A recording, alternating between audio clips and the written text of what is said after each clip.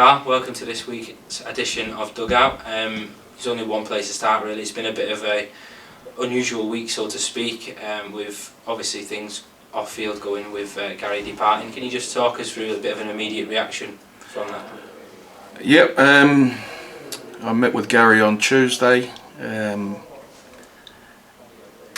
the outcome was we parted company.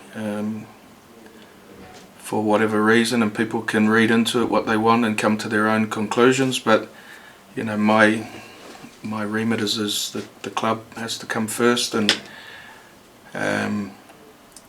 you know, we do move on very quickly, and you know, it's a tough old thing to have to sit down and talk through, and you know, the resulting factor was that we parted company with Gary. And like I say, people can read into it what they want, but we and subsequently of that, the job for now will land on the feet of Pete and Reese, and you know, they'll be in charge until further notice. And you know, we need to, with it still being a bit raw, we need to see what comes through the door and see where we go next. And in the meantime, while Pete Green and Reese do what they've got to do, along with Pete Bell and the backroom staff, who knows if they keep they keep the results ticking over and doing what they've got to do, then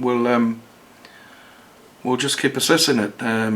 You know, I spoke with the players on Tuesday, and you know, what I spoke with them is exactly the same as what I'll say with Gary. What we spoke about is between us and confidential, but if other people want to go out and or they want to say anything about it, that's up to them. I can't stop them doing that, but you know, for the statement I will say is we parted company, and we will see if it's the thing to do, and we really need to focus our energies on the game against Hemel, and we'll give the boys who are holding the fort at the moment all the support they need, and then we'll see what comes through the door, and you know, hopefully we can get the right person, or we stay how we are if these boys are doing the business. So you know, everybody's under scrutiny at the moment, but I think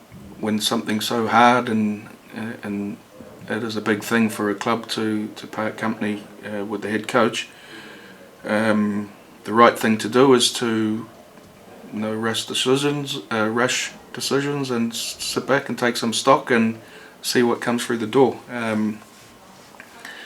But the main thing we have to do is we need to turn things around, because we haven't had a win for the last 4 games, and you know, we've said a lot. Before now, we've said a lot in the pre-season and beforehand, and we ain't delivered. So we need to see if we can get a reaction of the players, and the players give us everything. Yeah, obviously with one coach departing, another one must come in. Like you said, it's either going to come from within, or it's going to be a new candidate. What kind of head coach are you looking for now, obviously moving on and trying to bring pastors new? Oh, listen, it's who knows? We need to see. You know, there's not a mould, I suppose, of a coach. We you know, we need to bring somebody in who we think can turn things around. If we bring someone in, you know, we need some. You know, Gary was a good man. You know, we need a real.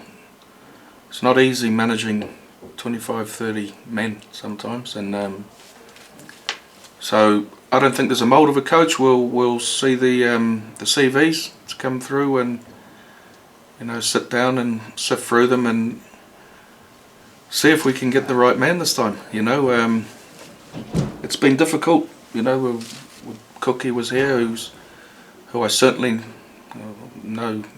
make no mistake. I certainly said in the future he'd be a great coach, and for him it was just tough coming straight out of playing probably, and he's doing good things and enjoying himself at Lee. So we just see, eh? Yeah, and obviously you were talking about you didn't want to make any rash decisions and stuff like that, but in your head have you got a time frame which you'd like to do, or is it just basically wait, make the right decision and the time will take its time basically? Listen, I haven't put a time frame on anything. We'll give these fellas an opportunity and we'll see if they get the results. There's no rush. You know, I don't want to put too much pressure on them, but it's certainly something that's in our own hands. We don't want to rush. We need to really take some stock and again see what comes through and try and pick the best man for this rugby league club. If we just briefly go back to last weekend's game against London, is a bit of air of disappointment in that game, obviously leading at half time as well, to kind of getting pegged back. What was the mood around the camp at the moment in time?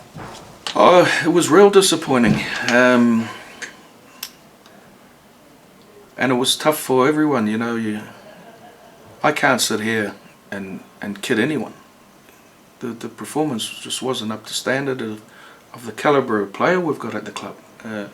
We've got to be a lot better than that. So every week I'll defend them. I'll sit here and, you know, but I just feel like I've got an obligation to the club, to the supporters and to the owners, but I just felt I've got an obligation to myself to be a bit true to myself, and you know, I sat there and watched that, and you know, I thought I can't paper over it and try and make anything good out of it, because there wasn't. You know, we were 22-4 up. You know, a couple of errors, but still shouldn't have let them back in the game. So, you know, I'm kidding myself if I come on these sort of things and then go and tell people that, you know, well, we didn't lose, it was a draw, and so we have to do things, and that's 4 games without a win. So we you know, it wasn't good enough. The London game just, I don't really know what more to say about it, but you know, disappointed, really disappointing, and hopefully we can get back on the horse very quick and turn things around. You know, I believe we've got a cracking squad here. Anyone you ask is, you know, you ask the question, have you got the team? Yeah, I think we've got the team. I certainly do think we've got the team.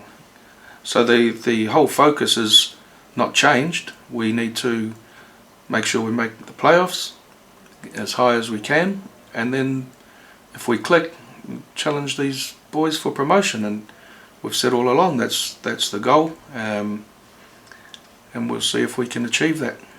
One positive news story out this week obviously was the announcement that former Dons captain Pete Green will be coming back out of retirement to play for the Dons. How much has that filled you, and what an impact will he have? Well, it'll be interesting, won't it? He's just been given the given the news that he's going to have to look after the team, and let me tell you, Reece and Pete were as shocked as the players when they were told. He may pick himself this week. He's in, you know, a captain, coach, kicker. So no, Pete's a very tough, aggressive type of a player.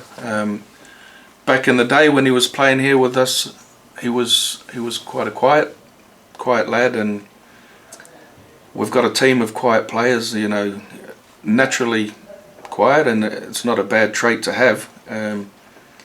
But we need a bit of a voice out there, is the feedback we're getting. And now that Pete's been on the coaching side, he's got that voice. He's found his voice, because he was like the rest of the players. He was pretty led by his actions.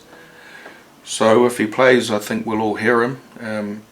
No doubt at all that he'll handle it. He's a tough boy. He keeps himself fit, so he'll get into it. That's for certain. And he'll make sure that the players alongside him get into it as well. So that it could be really good for us. Looking forward now, we travel to Hemel Stags on Sunday, a game which it has a different kind of meaning now, obviously after everything that's gone on over this past week or so. Are you looking for the players to react straight away in this game? Yes, yes, and we spoke about that. You know, it's tough. Hemel's going to have to win someday, and we need to make sure that we go with the right attitude and be prepared right, and go down and get stuck into them, because you know we've got a big month coming up, and it starts Sunday. So from the players, we are looking for. We're certainly looking for. Well, I'm certainly looking for a reaction. You never know what that reaction's going to be, but you know we'll hopefully at the end of the game with a few of the boys and the supporters and everyone's got a smile on their face, and you know we've got the win, and we come back home and focus on the next challenge. What kind of challenge are you expecting from Hemel? Obviously they've not pulling up any trees this season, but you still have to be on guard to kind of make sure you get the wins over these kinds of teams. Yeah. Like I say, every rugby league team has to win at some stage, and we just need to make sure that that's not against us. Thanks, Carl. Cheers.